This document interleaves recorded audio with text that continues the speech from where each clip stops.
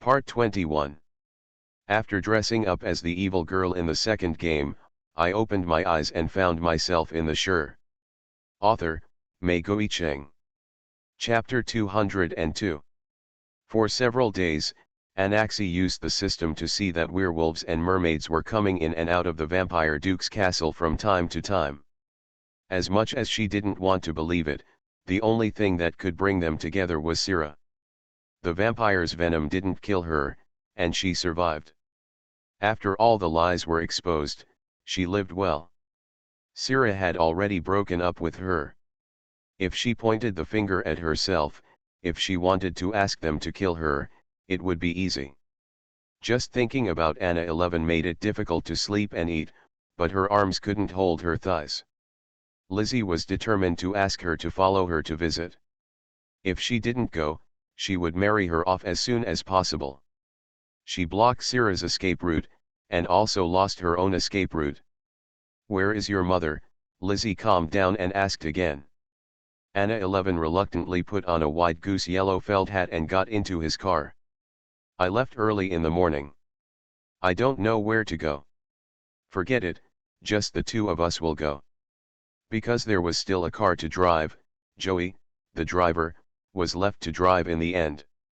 In one of the few underground casinos in Wally, a handsome gentleman wearing a hat welcomed Josie to a gaming table. Her sunken eyes were no longer charming, and her eyes looking at the gambling table were a bit awkward. "I don't know how to play this." The family's money was shrinking rapidly. In order to supervise the servants not to spend money recklessly, she went out to the market to do shopping in the morning, but she met such a beautiful young gentleman who came to chat with her. At his age, he is more than enough to be her son. His young body, decent manners and clothes, and handsome appearance all attracted Josie to fall for him. Unknowingly, she arrived here arm in arm with him, taking only the money for shopping. The man leaned down and touched her ear with his lips. "Don't panic, madam. How much money you lost today will be charged to my account. If you win, then the money will be on my account." Josie looked at him with bated breath, her heart pounding. The man smiled softly. "If you win, the money will be yours, but I want to have a pleasant dinner with you. Play a game with me, eh?" Chiao 11 blushed and sat down on the gaming table. "I'll give it a try." The midday sun was strong and Rosehill was not in the castle. He believed that Jeremy was the culprit who gave venom to humans because he had killed his relatives and Syrah was present at that time. This hatred was enough to support him in committing these crimes. His subordinates tracked down Jeremy and he went out to hunt him down himself. There was no one in the castle during the day recently, and Roxid was the one accompanying her. Eric was getting busier and busier in the military camp. He seemed to have been promoted because of something he had done. Leader Bellamy of the Capital Church Death seems to have slowed down their pursuit of the werewolf clan. Eric didn't mention leaving to her, and he would always come on time at night to accompany her to sleep.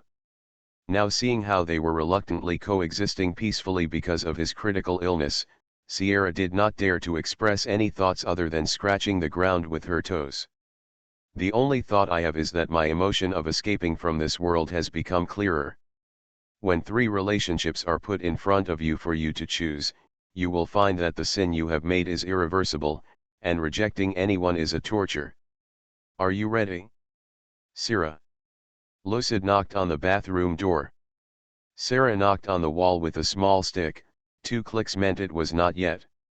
The venom has greatly reduced her body immunity. She still has very little strength and is unable to speak or stand for long periods of time. After all, she is not a heroine.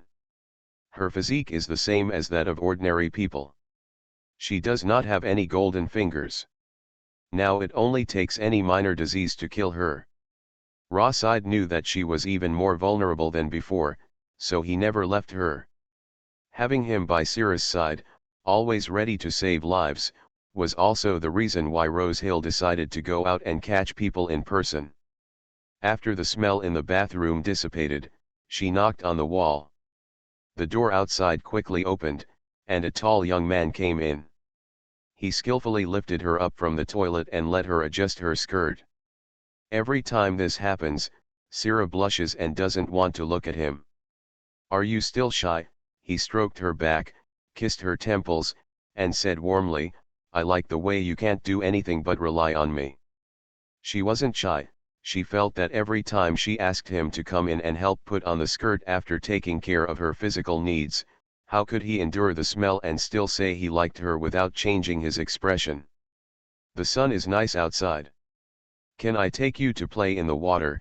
Logosiet carried her out and walked to the bedroom window, letting her look out at the natural scenery. Although he didn't like staying here, the town was not peaceful recently, and the castle in Rose Hill was indeed the most suitable place for Sierra to live.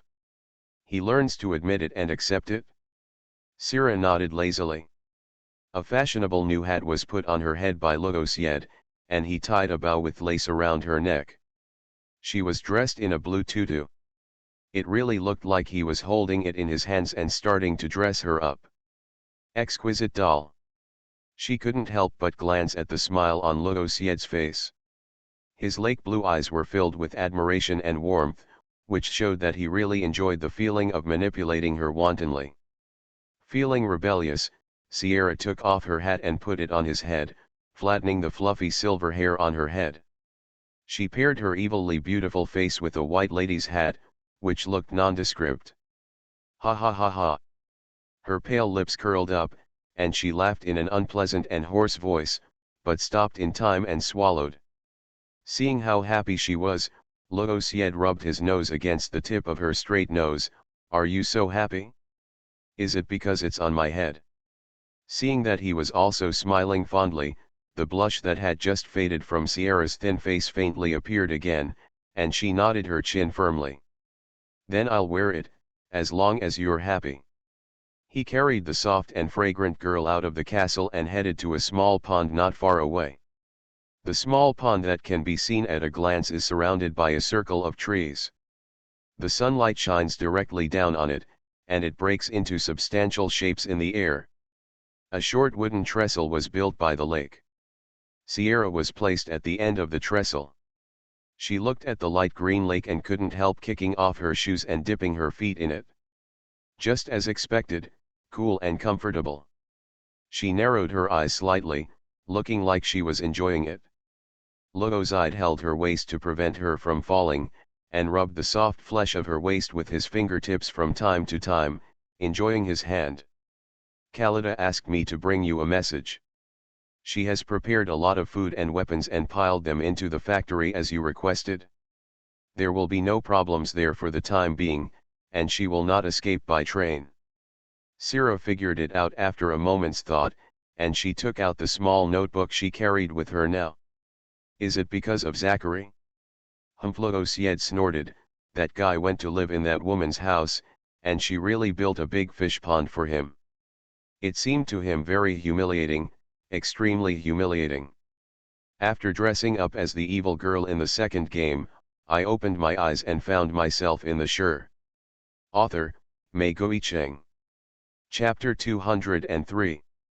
After hearing this, Sierra couldn't help but let out some hoarse and unpleasant laughter. She wrote in her notebook again, "Is Zachary's stay comfortable?" Logosiet hooked a strand of hair on her chest with his fingers and said strangely, "Of course it will be comfortable in a fish pond where he is the only one." Sierra knew that she had made a mistake in writing this teasing sentence, so she quickly changed the topic. "I like you the most, and it's Christmas soon. Do you have any gifts you want?" "I want you." He rested his chin on her shoulder, put his hands around her arms, and took her non-writing hand into his palm to play with. "More than just a kiss, wanting more." As he spoke, he looked at the two thin legs swaying in the lake water and took a deep look. Her milky white calves swayed out of the water, and there was a silver anklet he bought her last night on her ankle, which sparkled in the sun. The nails on her toes were pink and cute. "Want to kiss? Want to be imprisoned?" Sierra didn't look at his longing eyes, but he bit her collarbone a few times, not lightly or hard, and sucked a little harder, leaving a red mark. She patted his head with her notebook and wrote heavily with the tip of her pen, "This is outside, Please restrain yourself. What can you do to restrain yourself? Logosied rubbed the back of her neck and rolled his tongue over her fragrant skin. Except for that bastard Eric, no beast will come. Well, in the past few days, the two of them have called each other beasts.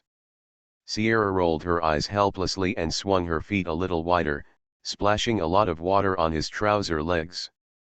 Seeing that the water was about to soak into her pants, Logosied pressed her thigh with his palm and rubbed it gently. If you stay like this, I will turn into a fishtail and take you crawling home. Sierra calmed down and swatted away his hand that had been half expanded into her skirt. During the commotion, the sound of wheels rolling over the gravel road caught Logosied's attention. He sniffed lightly, his eyes suddenly darkened, and the superficial desire disappeared completely. Your father came with the girl. He immediately put down the skirt rolled up to her thighs for her, took out the towel he had prepared and wiped her feet. Then he covered her calves tightly with the skirt and let her put on her shoes. After making sure that no trace of attractive skin was exposed, Logosied picked her up. But Sierra doesn't like being so sticky in front of others. It's always a bit embarrassing for others to see the side of her that can't take care of herself. She insisted on coming down and walking by herself. Logosied had to put her back on the ground without pebbles, put his big hands on her lower back, and asked her to walk as much as possible with her own strength. The car stopped at the entrance of the castle. Anna 11 looked at the mottled ancient walls and slowly raised her head. There was one wall in the castle that was brand new and out of place, but it could not change the overall gloomy atmosphere. In addition, he knew that this was the territory of vampires, and his life could be in danger at any time. She felt even more anxious and uneasy. She sat in the car for a while before reluctantly getting out of the car. Sierra slowly walked to the door and met Lizzie face to face. The girl has long hair shawl, wearing a lady's hat on her head, her eyebrows are curved, and her smile does not reach her eyes. After nearly a month since the flower show, he found that his daughter had become a little stranger again and seemed more beautiful. But the person who stayed with her and behaved intimately was not the Duke of Rosehill, but a man who had once hired him as a piano teacher. His appearance was even more dazzling than his daughter's. He was stunned for a moment, not understanding how he could be seen here. The Duke of Rosehill is not with you. Where has he gone? The words blurted out and it was too late to take them back. Logosied instantly lowered his eyebrows, his lake blue eyes revealed a fierce light, and he was very dissatisfied. Stung by his eyes, Lizzie was frightened, and even Anna 11 beside her did not dare to speak out. It was no longer the time for her to chat casually. The favorability value of the mermaid on the system interface had long been reduced to a strange symbol with no numerical value, which was enough to prove that he had no feelings for her at all. The wariness and coldness about him now made her tremble. Sierra stared at Anaxi and wrote a sentence in the notebook, "Let me talk to Anaxi alone. Can you deal with my father, don't hurt him either." "Are you sure you want to do this?" Logosied was very dissatisfied. She nodded solemnly, and wrote a line of small words in the notebook for him to read secretly, "Will you feed me candy later?" He raised his eyebrows slightly, stared at her lips and suddenly became interested, and reluctantly said, "Can you feed me first?" Sierra looked at him quietly, with an obvious intent to push for the next step. "All right." Logosied glanced at Lizzie and directly ordered, "Go sit in the living room." The man who was shrinking a second ago had his eyes empty and obediently entered the house. Anna 11 was about to follow, but the bewitching voice behind her felt like a sharp knife being held to her neck. "Miss Anai, Sierra wants to talk to you." There was no possibility of her escaping, so she mechanically took 2 steps forward, looking at Sierra with a hint of pleading in her eyes that she didn't notice. He failed to kill her again and again, but this time he was about to die.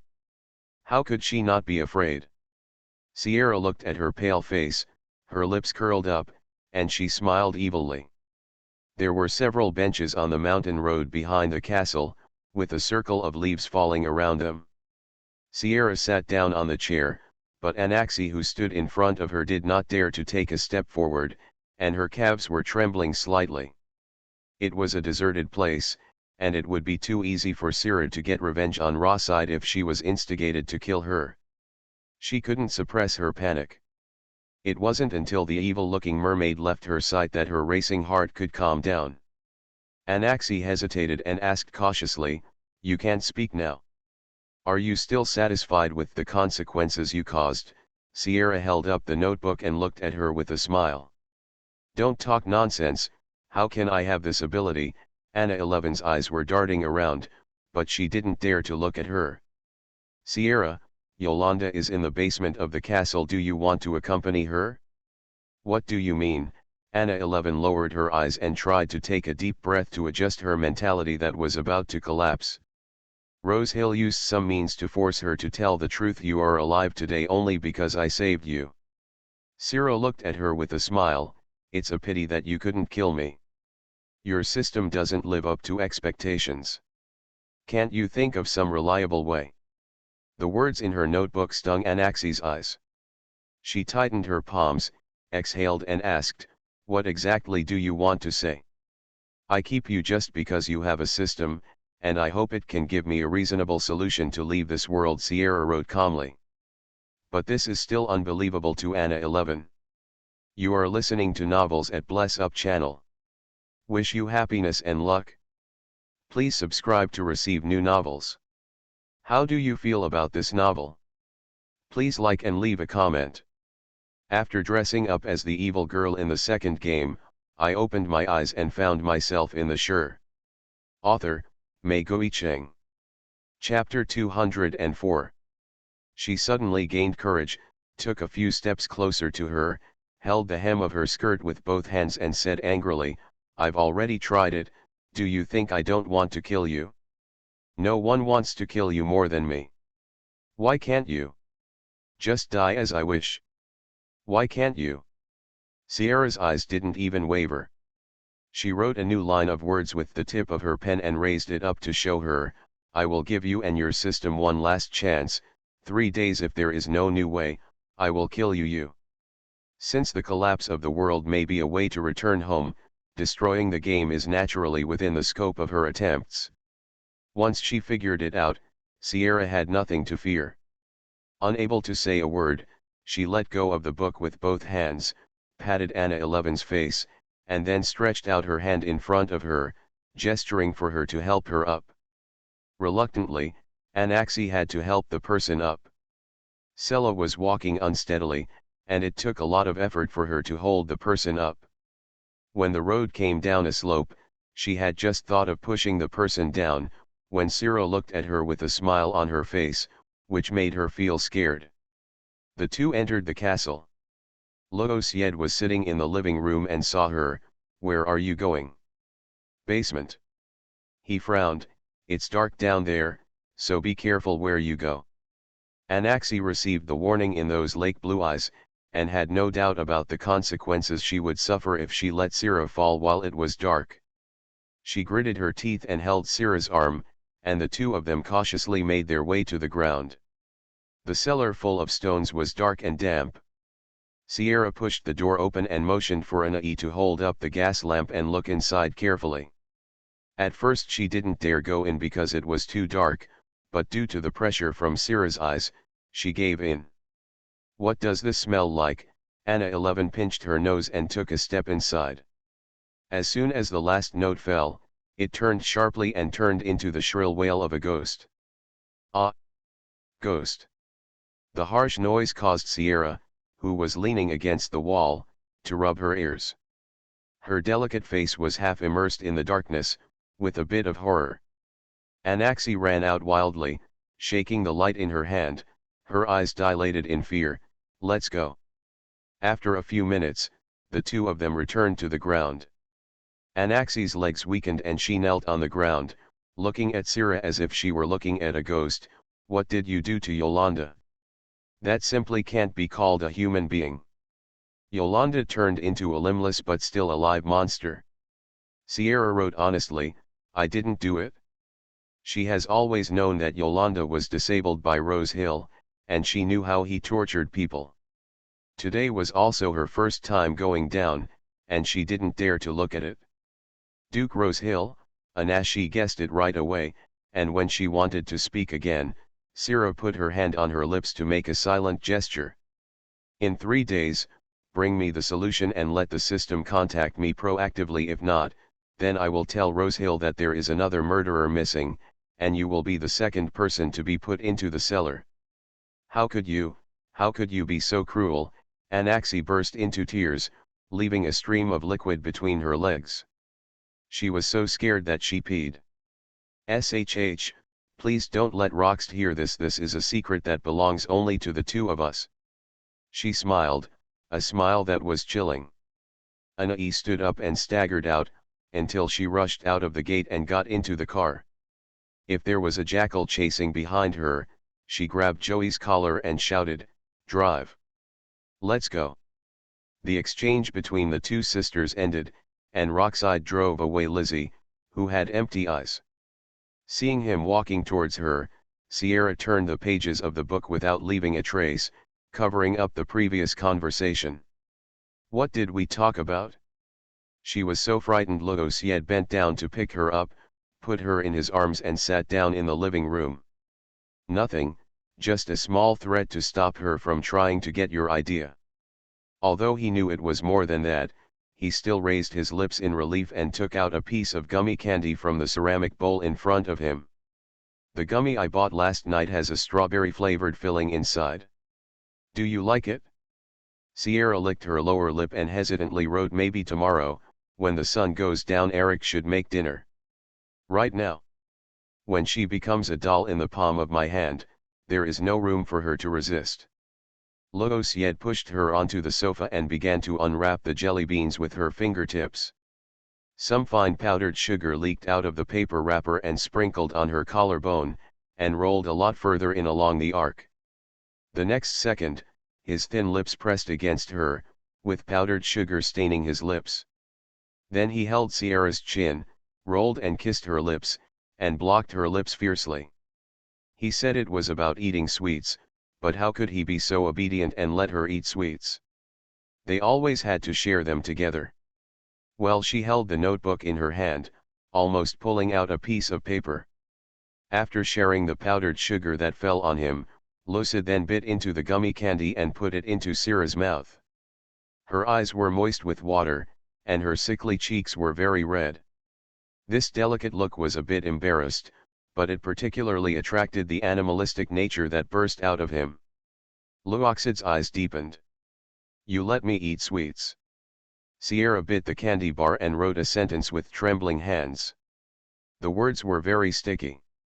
You eat sweets, I eat other things. Roxid threw her notebook to the side, turned her head, pushed the hair from her ear with one hand, held her earlobe in his mouth, and gently rubbed it with his fangs, just like Syrah chewing gummy candy, full of things that were about to spill out. Sweet. She was so aroused that she couldn't bear it. Fortunately, she couldn't make a sound, otherwise the current situation would only be worse. After eating a gummy for more than 10 minutes, Logosied slowly picked him up and straightened his clothes. The heat from the squeezing of his chest burned throughout his body, and he was finally pressed down hard. Try it somewhere else next time. He took a deep breath, hooked her finger, and played with it, trying to distract himself from his overwhelming thoughts. Sierra was also tired and let him play with her fingers, waiting for Eric to come back. When Anai returned home, she swung everything on the dressing table to the ground. She sat on the ground, frightened by the scene she saw that afternoon. She collapsed and shouted, "What use are you? You can't help me. Those bad ideas are going to kill me. Did you hear what Syrah said? Did you hear it? What? You stinky thing called the system. Please speak." Anaxi slammed her hand on the wooden floor, her face full of despair. Lizzie knocked on the door of her room. Mrs. Moss's son is coming over tomorrow. Her family is a textile factory and he is a wealthy businessman. Come and meet him. Go away. Go away. She yelled in the direction of the door. She obviously should have 3 powerful men by her side. They should belong to her and should bear her love. She shed tears and said fiercely, I wish I didn't want your system from the beginning. I had no hope in the beginning, how could I still be disappointed? I don't want to be your master. I don't want to die. Go find Sira. Go find her. Get out of my head. After dressing up as the evil girl in the second game, I opened my eyes and found myself in the Sure. Author, Mei Guicheng. Chapter 205. The only response she received was the knocking on the door and Lizzie's yelling. Where's your etiquette? Why did you open your mouth to talk to me? Open the door. Anaxi fell to the ground crying, looking at the blue sky and white clouds outside the wide open window, whispering with tears in her eyes, I give up being your master, please ask Sira to let me go, please. As the sun set, the room gradually fell into darkness, and a line of small words suddenly appeared in front of her eyes on the system that had been silent. St. Laurent's all-out war is about to begin. Send Sira to the plague-ridden warland to kill her. She fell asleep in Eric's arms. A burst of dazzling blue light covered her eyelids, and Sierra woke up from the warm bed. The all-out war in St. Warren is about to begin. Go to the plague-ridden warland to contract the disease. The daytime threat worked. Sierra stared at the small line of words, lost in thought. Eric noticed that she had woken up when she opened her eyes and started breathing erratically. He waited for a while, but when he saw that she made no movement, his bare and strong chest tightened subconsciously, and he said in a slightly hoarse voice, Does it look good? Sierra came back from those words and looked up at him, her brown eyes blinking as if she didn't understand what he meant. You woke up in the middle of the night and stared at my chest for almost half an hour. What were you thinking? Eric arched his body and lowered his head. The quilt fell halfway to cover his buttocks, and the mermaid line on his abdomen was close to Sierra. Honey-colored skin is extremely sexy. She swallowed, took the notebook from the bedside table, leaned on his arm and started writing. How many days until Christmas? Eric couldn't help but laugh. You suddenly woke up just because of this problem? It's still a week away. Sierra nodded and wrote again. Do you agree with me, Loosiet and Rose Hill, to celebrate the new year together? Seeing the names appearing in the book, Eric stopped his smile and pinched the back of her neck with his fingers. You are very greedy. You want us to accompany you together? No, it's just that Christmas only lasts one day. How should I divide it into 3 parts and give them to you evenly? Sierra sighed softly, put the pen and paper away, and nestled into his arms again. It would be nice if you knew magic. Eric's fingertips went up and inserted into her hair. He brought her head to his mouth and kissed her. You know we can't share a girlfriend with each other. Do you really like Rawside the most? Sierra? Eric asked, her magnetic voice trembling pitifully. Sierra thought for a long time and shook her head slightly. Everyone has their own merits. She can't make a choice, and she won't have a choice. It's the same thing if you ask 100 times. Everything should return to the origin of the game, but before that, she wanted to spend her first Christmas with them. It's also the last Christmas. Somewhere in the vampire turf of Lilani. Surrounded by mountains, mist curled up, and the drizzle falling from the summit fell on Rose Hill's grey robe. He took Aldine and several vampires scattered throughout the jungle. In the center were Jeremy and his relatives, several of whom had their fangs exposed and were on alert for attack. I gave Anaxi the venom and seduced her, but so what? There was a storm brewing in Rose Hill's eyes. How about it? You almost killed her. Who gave you the right? He took off his hood, revealing a pale and fierce face, letting the rain wash away his golden hair, and the water droplets rolled down from the tips of his hair and slid to his shoulders. With such a ferocious appearance, it looked as if they would rise up at any moment and kill them all. Jeremy's peach blossom eyes finally showed panic, and the relatives around him shouted in grief, that woman named Sira also knows about vampires, and not only did you not kill her, you also fell in love with her. What's the difference between this and you killing our poor sisters? What's the difference? Rose Hill became even angrier, with a sharp voice. Can a bunch of idiots be compared with her?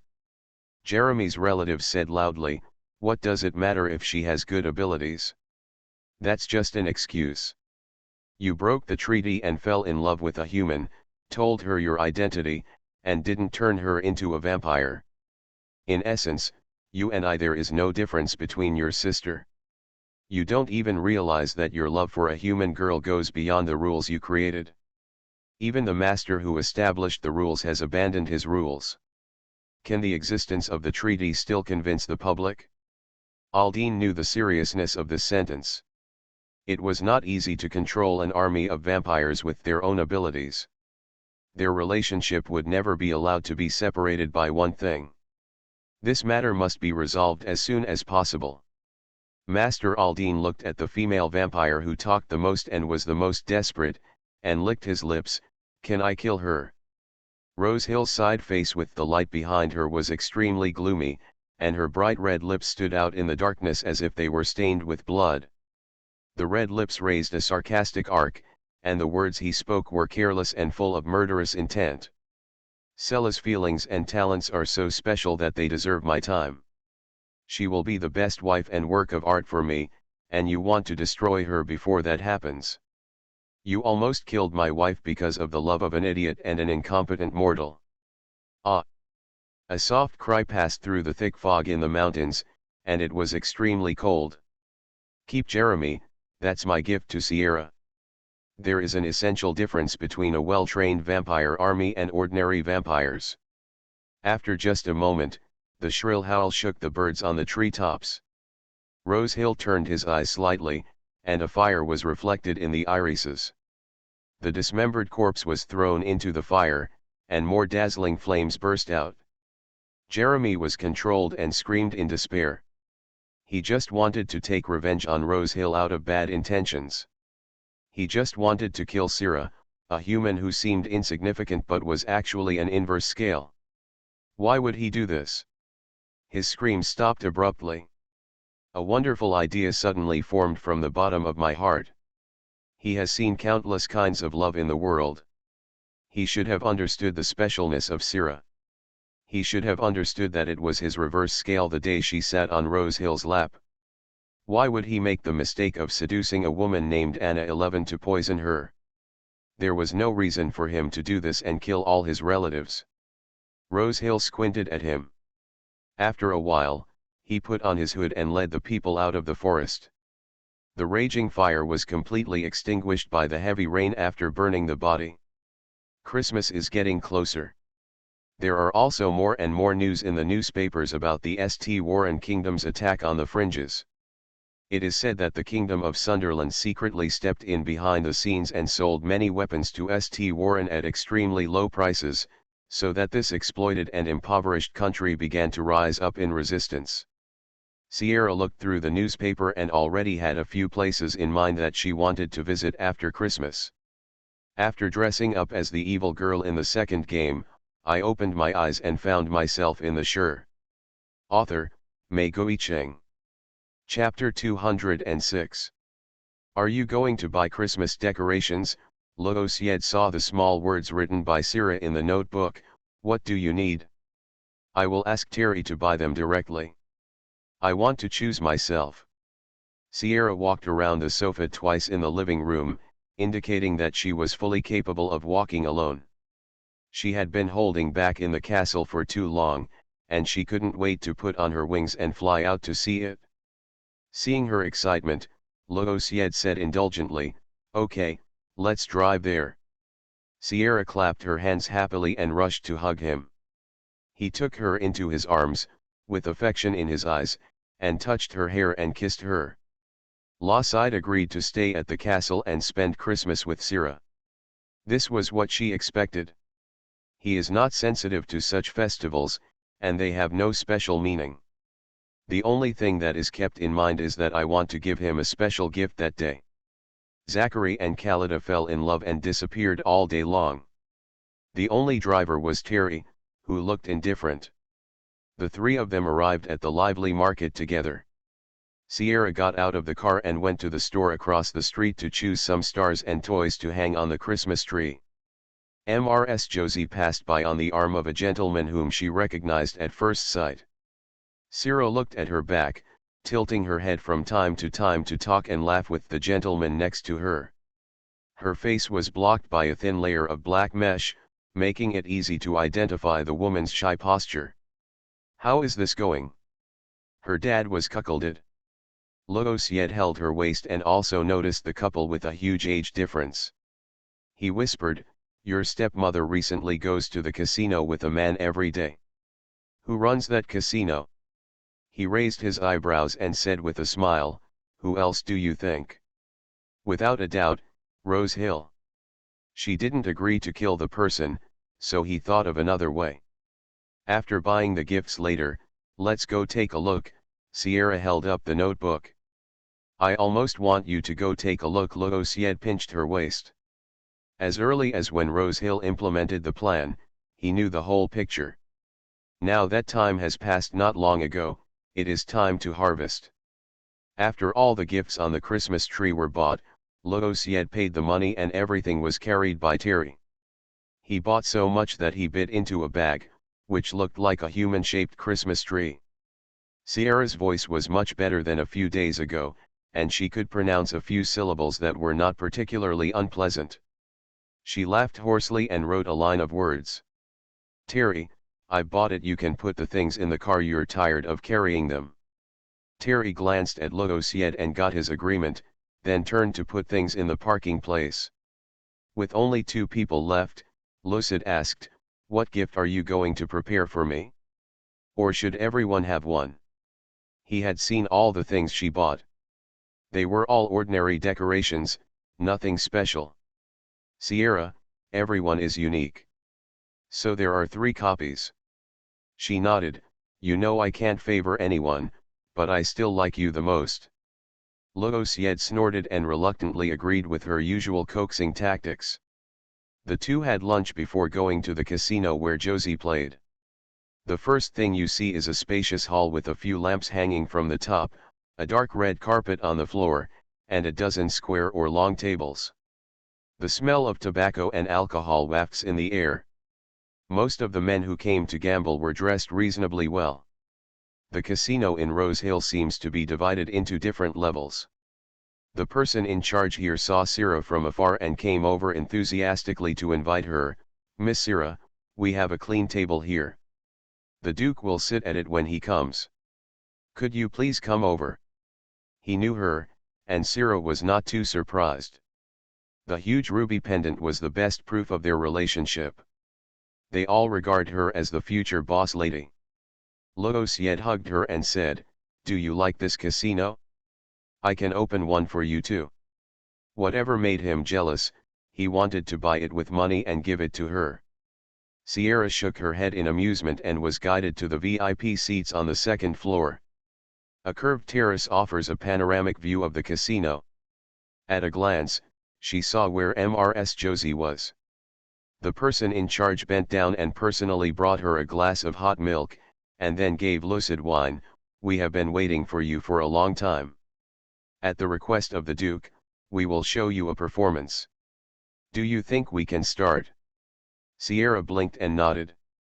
Downstairs, Chiao 11 held a lady's cigarette in her mouth, pushed out a handful of chips, and said with a sullen face to the handsome man beside her, "All the money I won in the past 2 days has been lost." The man put his arm around her shoulders and sighed, "What should I do? I haven't brought much money with me recently." Chiao 11 was also very distressed. Until today, she had been winning money every day, and even if she lost, she would win it back later. The goddess of luck always favored her. "You can't keep spending your money." She was also a little embarrassed. After all this time, in order to show his love for her, this rich gentleman paid out of his own pocket whenever he lost. He also took her on boating trips and spent money after money on her.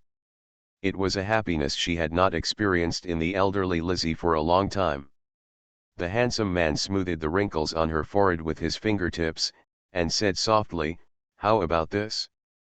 The boss here and I are old acquaintances. I will help you borrow some money. If you lose, it will still be mine. You can play, I just want you to be happy." Her gentle words and loving eyes made Josie's heart flutter. She couldn't help raising her head, kissed him on the face, and shyly shied away. "It can't be like this every time. It doesn't matter, as long as you are happy. If I lose, I will go to the bank to withdraw money." The man touched her back, and when she turned around, he wiped the saliva on her face in disgust. The person in charge quickly followed him and brought an IOU. 100,000 gold coins, you can get the money if you sign. 100,000 is not a small amount. When Xiao Qian saw this string of numbers, her heart skipped a beat. The handsome and discerning man immediately said, "I'll sign it." "Hey sir, I have agreed to lend money without interest. Of course, whoever plays with it will borrow it." The person in charge pressed the paper and handed the pen to Xiao 11, "Are you and your wife the same family? She signs it when she plays with it. No, if you're playing, leave quickly and don't disturb my guests." The words that drove people away showed no respect for the nobility. Xiao 11 felt that she was offended, and when she saw that the man next to her also had a dark face, it seemed that she had lost face. She grabbed the pen and said, "Do you think I can't afford it? Humph. Anyway, someone helped pay back the money," and she quickly signed her name. The person in charge took away the note, gave the people at the card table a look, and left with a smile. An IOU of 100,000 gold coins was issued, and a pile of money was placed on the table. Qiaoqi proudly pushed out the gold coin, thinking that the goddess of luck would come again, and she returned to gambling. You are listening to Novels at Bless Up channel. Wish you happiness and luck. Please subscribe to receive new novels. How do you feel about this novel? Please like and leave a comment. After dressing up as the evil girl in the second game, I opened my eyes and found myself in the Sure. Author, Mei Guicheng. Chapter 207. The momentum did become very good at the beginning. After winning 3 games in a row, the handsome gentleman leaned into her ear and said, "Increase the bet, and 100,000 gold coins will become 200,000. You can take this game with you, the money leaves with me." Josie, who had already mastered the game, didn't even realize that this was a trap.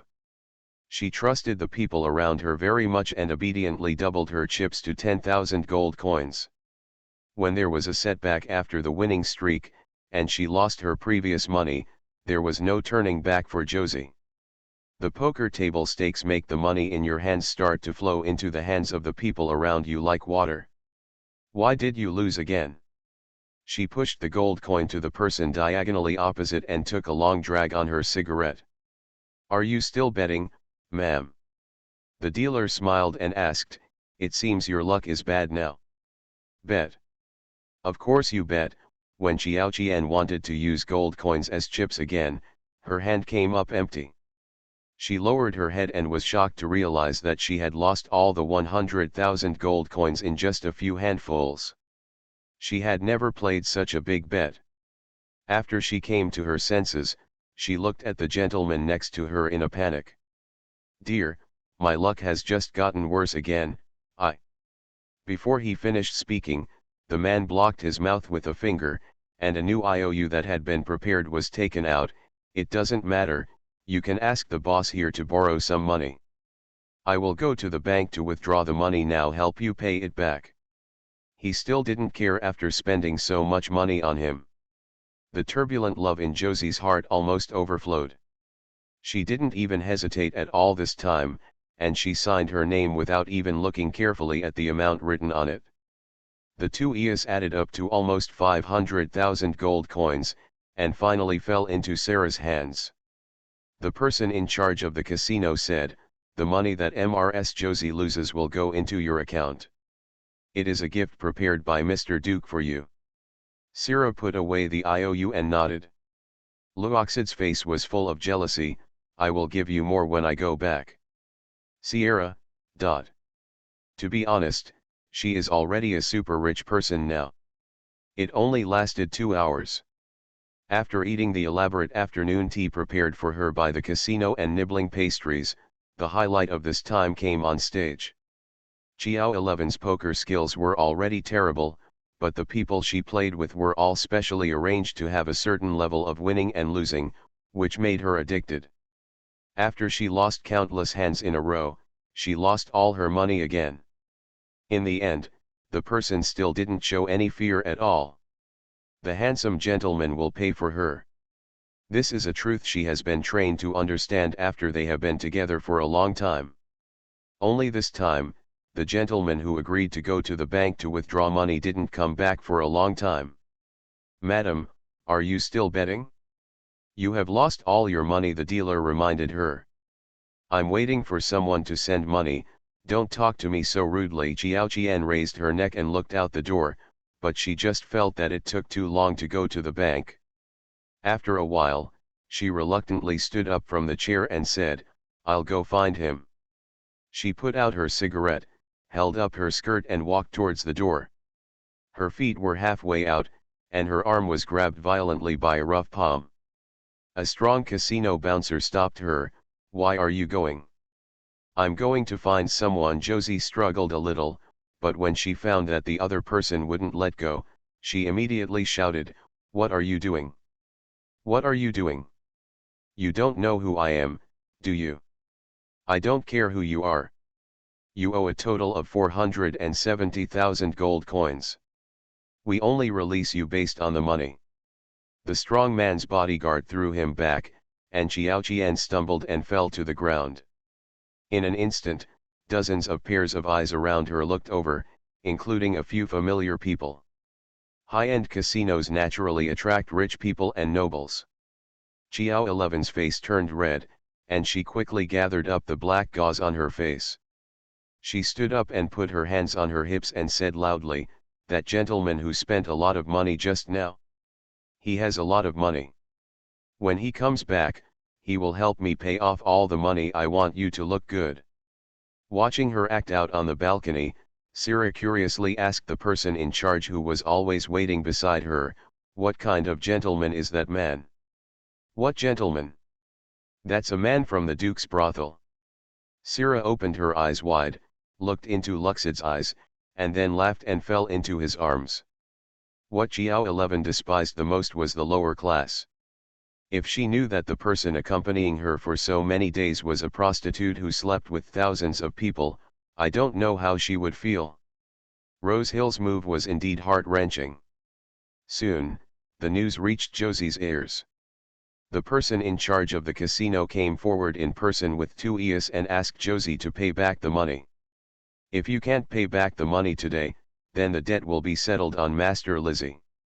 I said, "When my friend comes, he will pay back the money for me." Josie was still sitting on a chair nonchalantly, with a high air.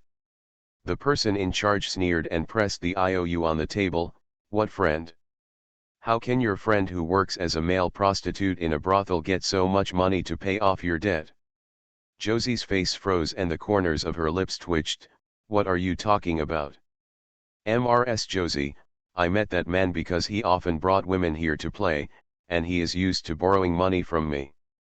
Do you understand? Crazy. He is a rich gentleman." Josie finally started to panic. She stood up and wanted to rush out, but was roughly blocked back by the strong man at the door. The person in charge said loudly, "Whether you are friends with male prostitutes or your lover behind Earl Lizzie's back, it has nothing to do with me. I only want money. Can you give it or can't you?" His voice was not quiet, and the people playing here finally understood what was going on. After Earl Lizzie's mistress moved out of Mawson Manor, she further attempted to destroy his family fortune. "I have no money. Where did I get the money?" Xiao Qian was anxious, and kept running out and being pulled back. Finally, the bodyguard became impatient and slapped the person over, knocking him to the ground, and the corners of his mouth were slapped. Blood. Josie fell to the ground, the numb pain in her cheek almost making her faint. There was a lot of chatter around, all with the mentality of watching a good show. In the evening, Frontier pulled out of the casino and went to Lizzie's place with Logosied, followed by many debt collectors. It started to rain lightly at this time, and the drizzle enveloped the place with a layer of sunset light. Chiao 11 was pushed from the car and fell into the mud. One person went up and knocked on the door of the villa. Soon, the servant working inside opened the door. A group of muscular and fierce men stood at the door. The servant, who was frightened by the sight, quickly went to invite Lizzie, who was reading upstairs. He hurried downstairs and saw his wife lying on the mud. He quickly went to help her up. "What are you doing?" "Master. They bullied my master." Chiao 11 dragged her dirty skirt and swollen face into a pig's head, hid in his arms, broke down and cried, as if she had found a safe haven.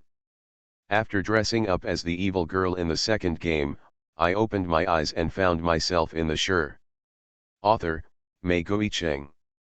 Chapter 208. The fragile and pitiful appearance instantly aroused Lizzie's protective desire. He protected the person behind him and said angrily, "For harassing a woman in public, you just wait for my prosecution. I will send you all to jail."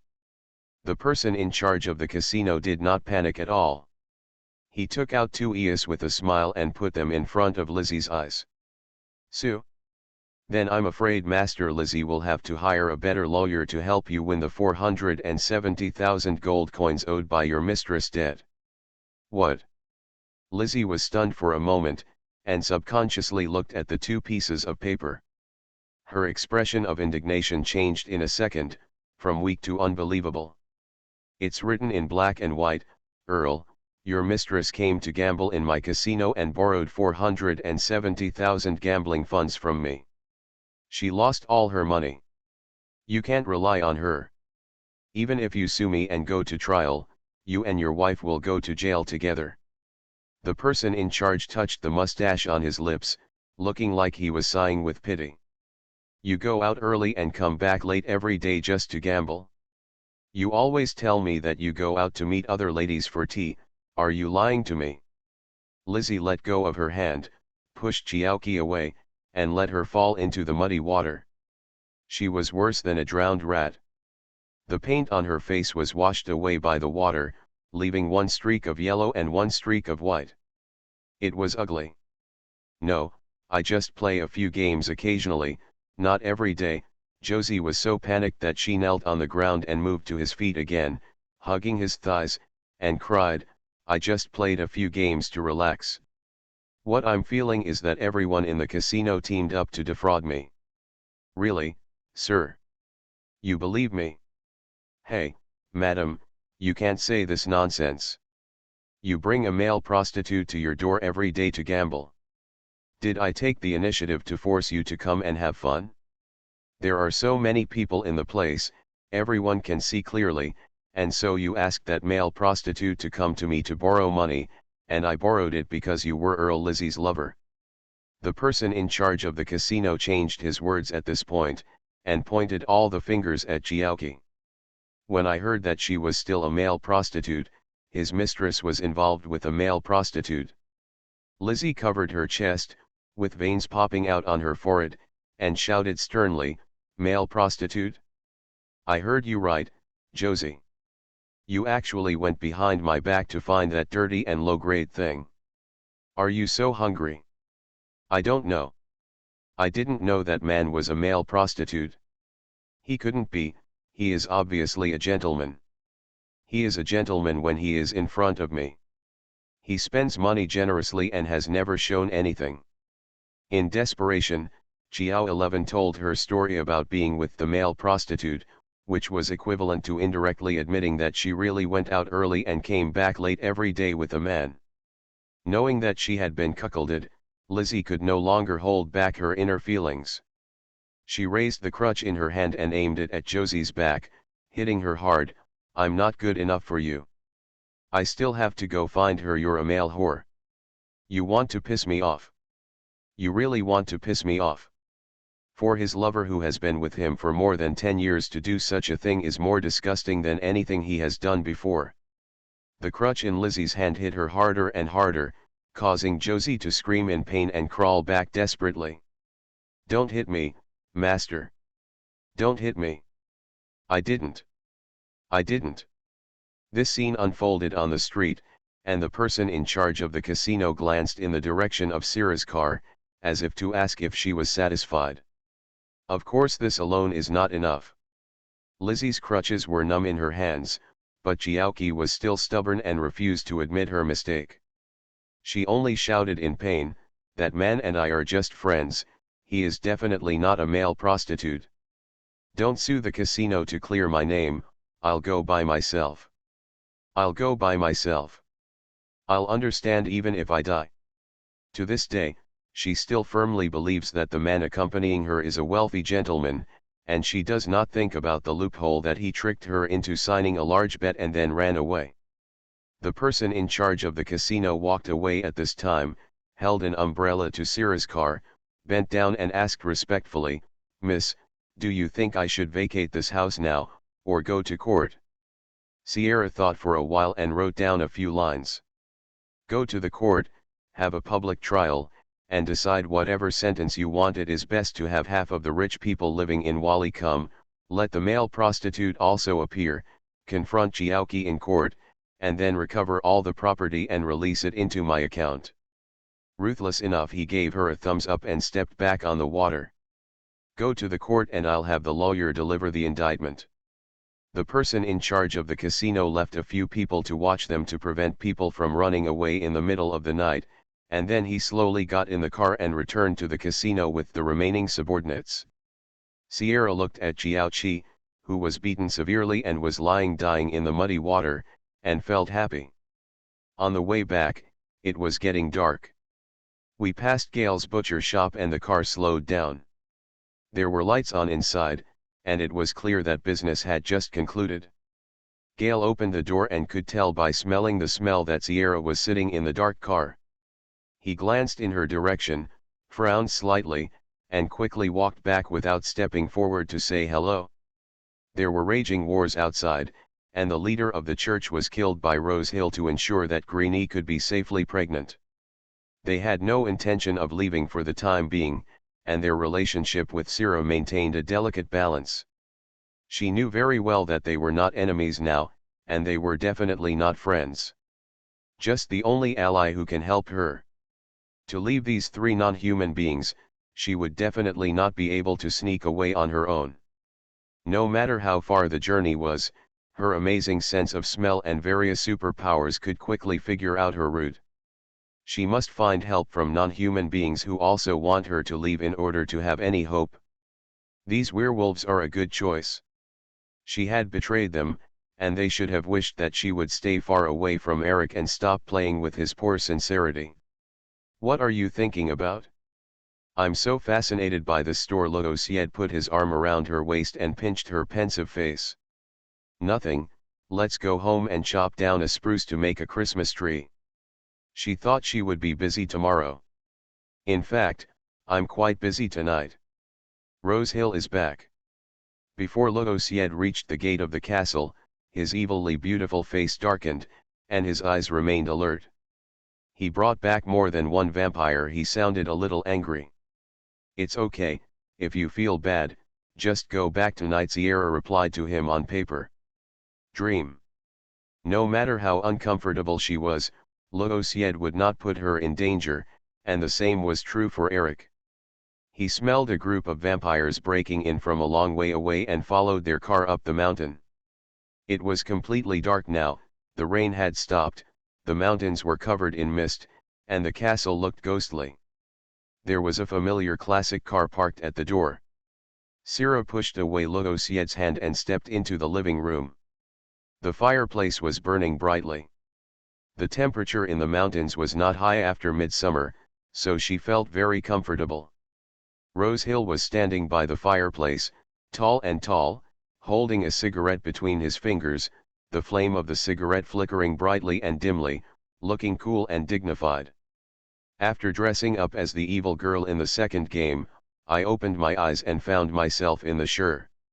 Author, Mei Cheng.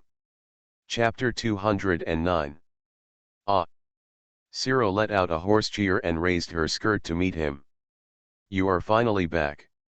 I have missed you for a long time. She flattered him in her heart, and the young man raised the hand holding the cigarette to prevent it from burning her, and hugged him with one hand. Really miss me? He lowered his head, staring at her with scarlet eyes. There was a trace of blood on his lips. He had just eaten.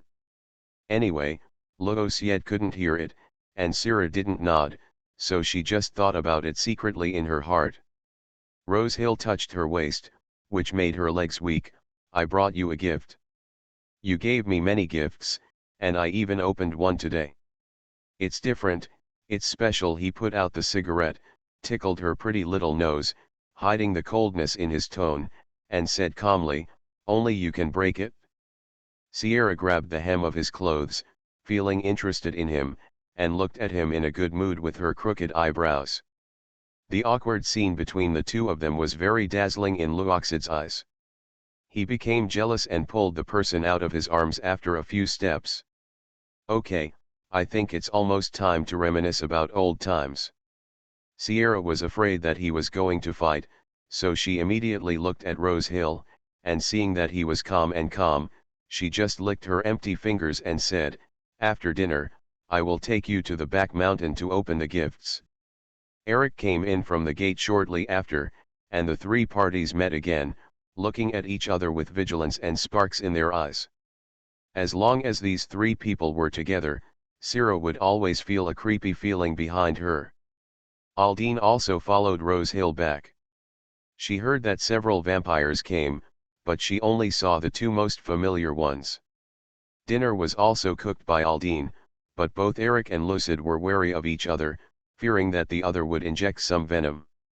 There were two people crowded in the kitchen to supervise the cooking, which was a bit crowded and disharmonious for a while.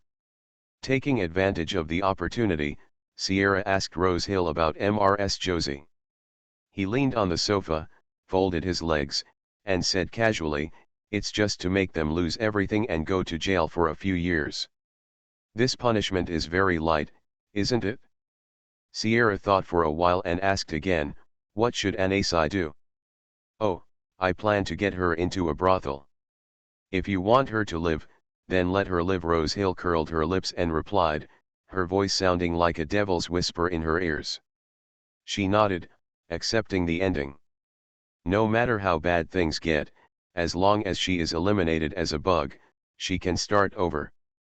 Syrah didn't dare to express such thoughts and sat obediently next to him. The dinner was very sumptuous, and all the dishes were what she liked. The plate was piled with food that Eric put for her.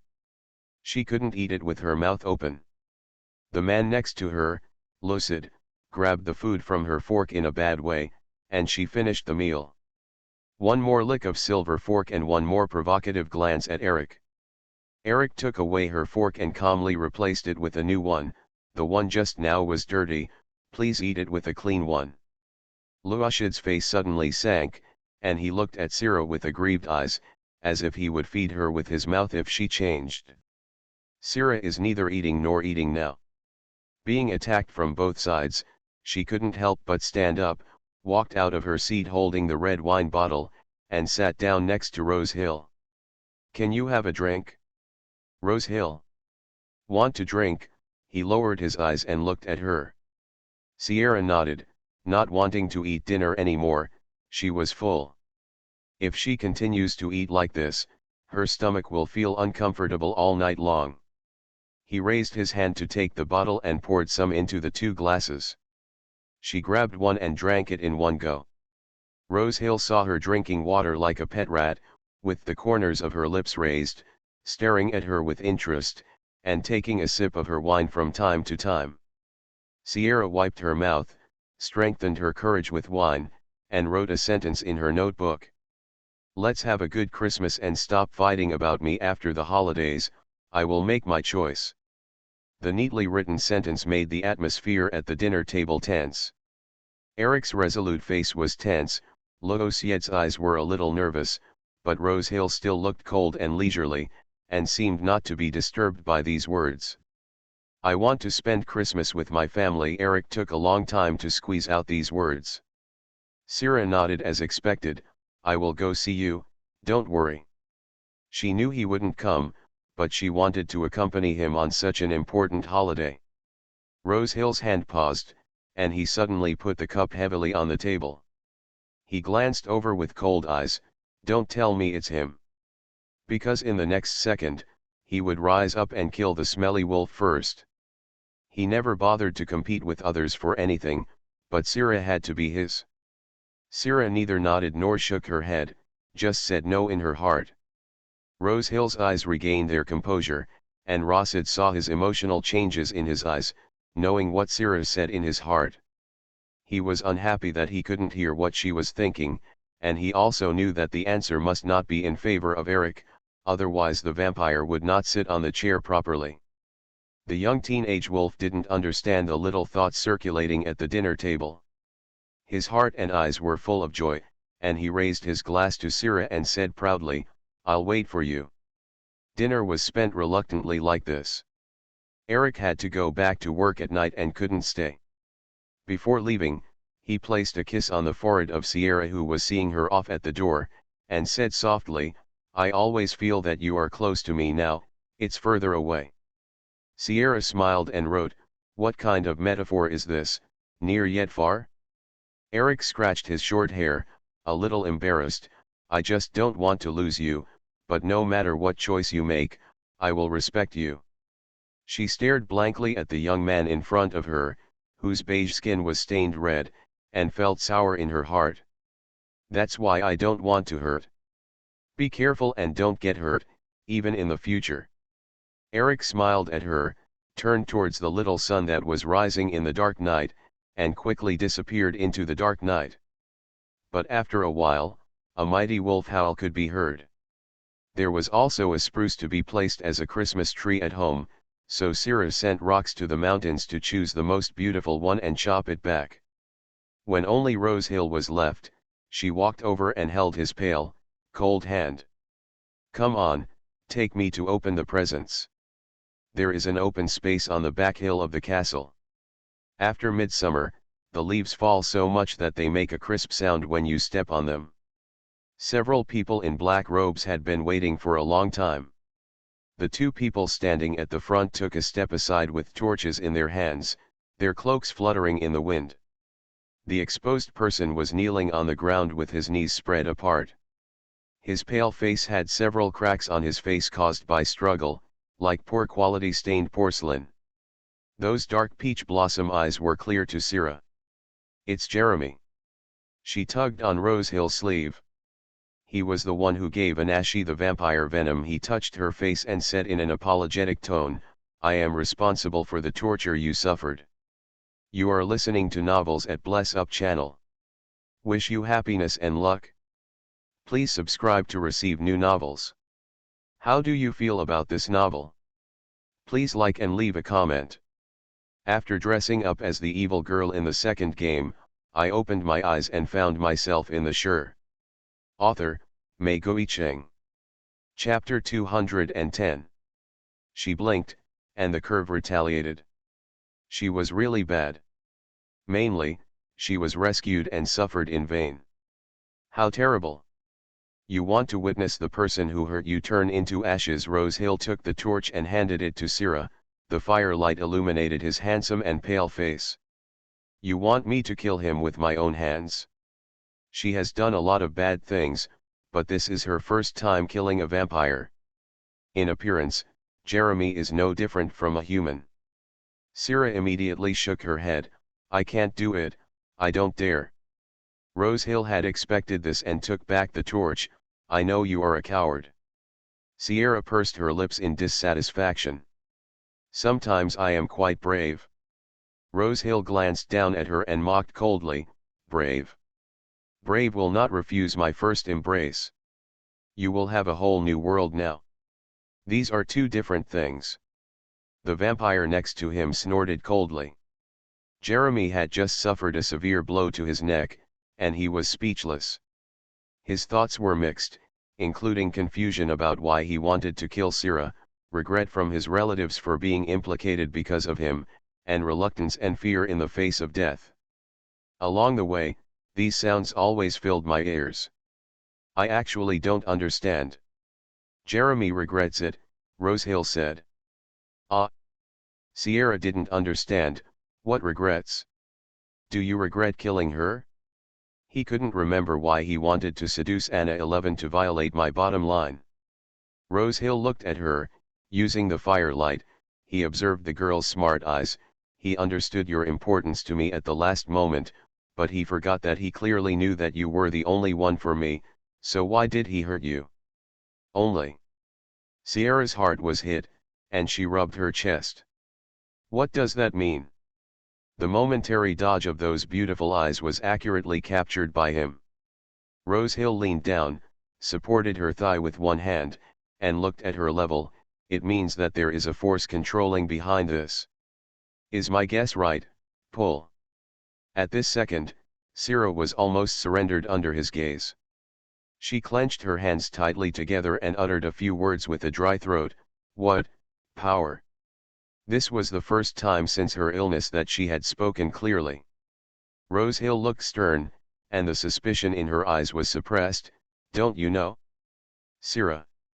Sierra's mind is a little empty. He is the smartest among the three.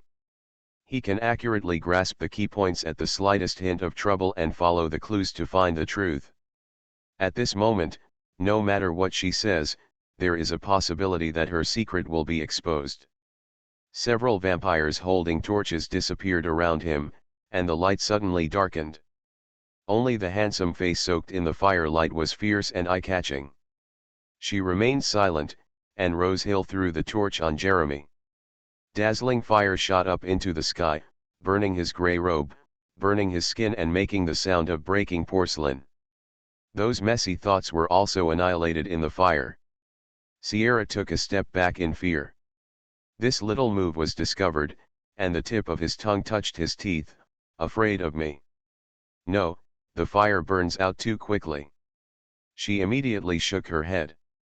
If you don't want to kill him yourself, then go back.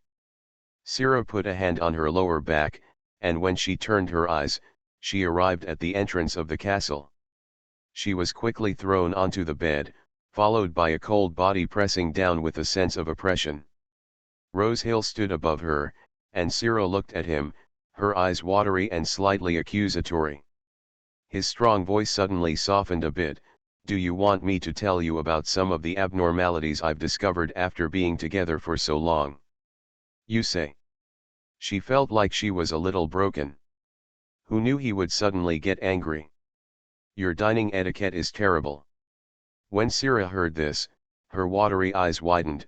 And then what? Why are you bringing this up again? Rosehill pursed her lips and touched her chin with her fingertips. You lived with Clemens before you were 18 years old.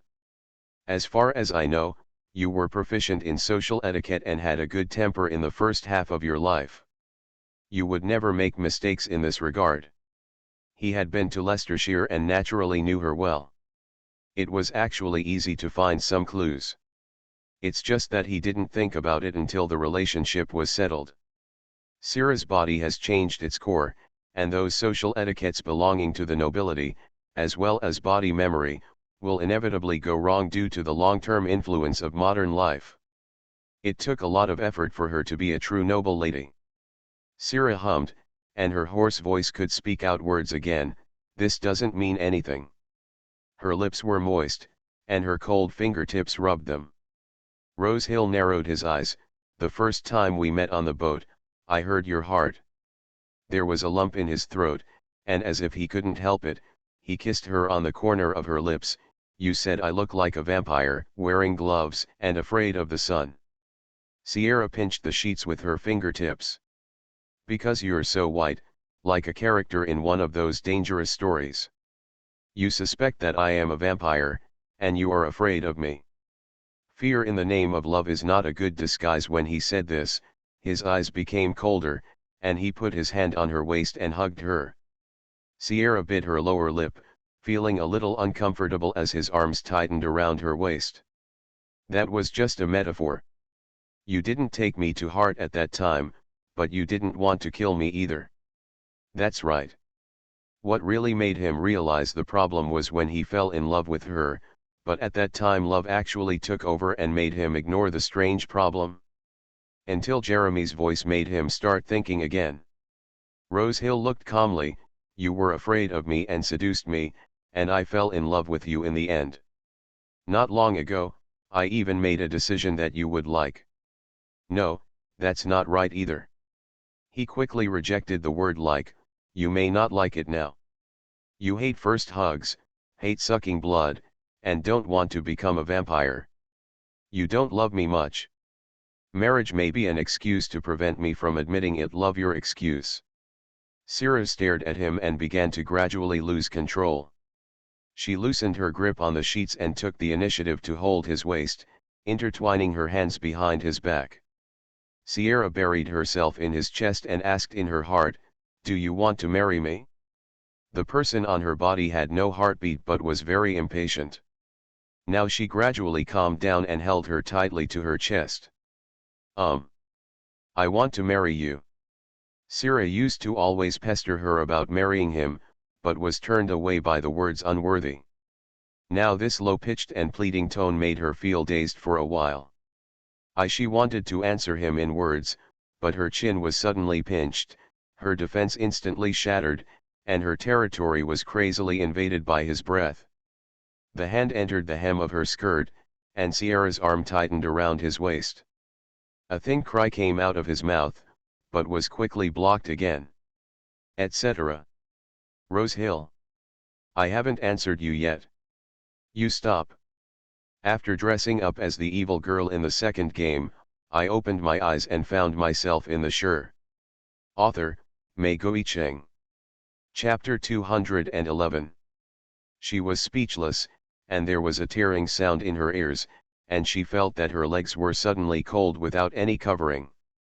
The biting and cold palms pressed against the skin without any hindrance, without any warmth, but like a flame with frost, it was cold all the way into the chest. It makes people tremble all over. I'm uncomfortable. Rose Hill, I feel bad. Her hands were so weak that they couldn't hang around his waist. Her fingertips pathetically pulled on the fabric of his arms, trying to stop the disruptive hand. Rose Hill stood above her and looked down at her. Although he didn't need to breathe, his shoulders were rising and falling violently. The intense emotions made the ends of his eyes red and dyed with desire. The girl on the bed was like a glass doll at the mercy of others. There were several red fingerprints on her legs, and there were also a lot of them close to her abdomen and waist. It shows how strong the person who is rubbing is. I don't want to hear your answer, I don't want to wait for your choice anymore. Be my only wife, and the entire kingdom can crawl at your feet as a bride price. You don't want to suck human blood, of course that's okay. I allow you to be a vegetarian. You want sunshine? That's easier, vampire. Never be afraid of the sun, it will only destroy our skin. Before you are burned by the sun, I will pull you back to the darkness. I have walked in the world for more than 400 years, and no decision has been as clear as this moment. You belong to me, Sarah. Forever. Don't try to escape. This true confession left Sarah powerless to resist. She soaked in the bathtub, looking at the bubbles in front of her, and the rose scent moistened her skin. She touched her waist and legs and hissed slightly. Rose Hill's hand was too strong.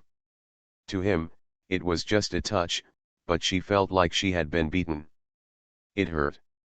The bathroom door was opened. She was startled, pinched the edge of the bathtub and looked over. It was Rose Hill who brought new clothes. He lowered his eyes and touched her chin. I hurt you just now. Sierra hugged her knees and huddled in the bathtub, saying nothing, just staring at him angrily. The people around her couldn't bear this look, so they leaned over and kissed her shoulder, moved her thin lips up, and kissed her lowered eyes. It doesn't matter what you hide, I just want you to love me. I am not those childish choices, I am what my heart desires. The cold breath dissipated and the bathroom door was closed again. Syrah stared at a ball of bubbles, lost in thought. Lucid brought back the most beautiful spruce, specially decorated it with his hands, and placed it in the living room of the castle, almost poking through the ceiling. Syrah changed into a long dress with a lace collar that covered her neck, and walked down the steps. Lucid came over and carried her directly from the third to last step to the ground. Come and see, how does this tree look like? The brown tree trunk is as thick as a bowl, and the thin leaves spread out from thick to thin from the top. The color is dark green and very beautiful. Sierra hugged him back to show that she liked it. It snows every Christmas, but this long midsummer has just passed, and the temperature is not much colder. There is no need to change into thick clothes to watch the snow like in her world. She was still very happy to drag out the decorations she bought earlier and sit cross-legged on the carpet in the living room to decorate the huge Christmas tree. But the workload was huge and she couldn't do it alone. Hang the golden ball to the second floor, not at the top, where the crutches are, it's crooked, it's crooked. Luosiad stepped on a small ladder and helped her hang it up at her request. His tone was helpless and doting. You asked me to hang it in the same position 3 times. It's you who always can't hang on the right branch. Okay, what now? Take a look. Almost done, then hang a small bell next to it. On the other side, Sierra also picked up a golden ball and climbed up the ladder. Rose Hill, who was sitting on the sofa, saw her move and closed the book with her hand, and was under her in an instant, staring at her every move. After hanging the decorations on it, she clapped her hands with satisfaction. When she lowered her head, she saw Rose Hill below and smiled. I'm coming down, you catch me. She leaned back and fell straight off the ladder. The distance was only about 2 meters. Rose Hill accurately caught the person and held him in his arms. He frowned and said, "Have you had enough fun? If you pick me up a few more times, I won't be angry with you for being so rude to me just now." Sierra hugged his neck and smiled back at him in her heart. After Luosiad finished hanging the bell, he saw the two of them hugging each other, and his molars immediately itched. "Sierra, get down here." "Go ahead." Rose Hill loosened his grip, put the man on the ladder again, and encouraged, "Climb." Sierra, How should I put it, it's quite funny and a little weirdly heartwarming. On the day before Christmas, the Inquisition was held. Sierra put on beautiful rubies and an off-shoulder one-line dress with a thin waist and an open hem. Black lace was interspersed with layers of gold threads, making it elegant and noble. The 3 male protagonists who accompanied her to court were all by her side. No one wanted to miss this extremely important day for her. There are 3 classic cars, one for Luosiad and one for Sarah and Eric and Rose Hill each have their own cars. Eric bought a car, and Sierra was surprised, especially when he got out of the car wearing a military uniform and leather boots. He was tall and powerful, attracting the attention of many girls. His sharp eyes glanced around, and after seeing her, his pupils immediately changed, revealing a bit of softness and simplicity. "Sierra."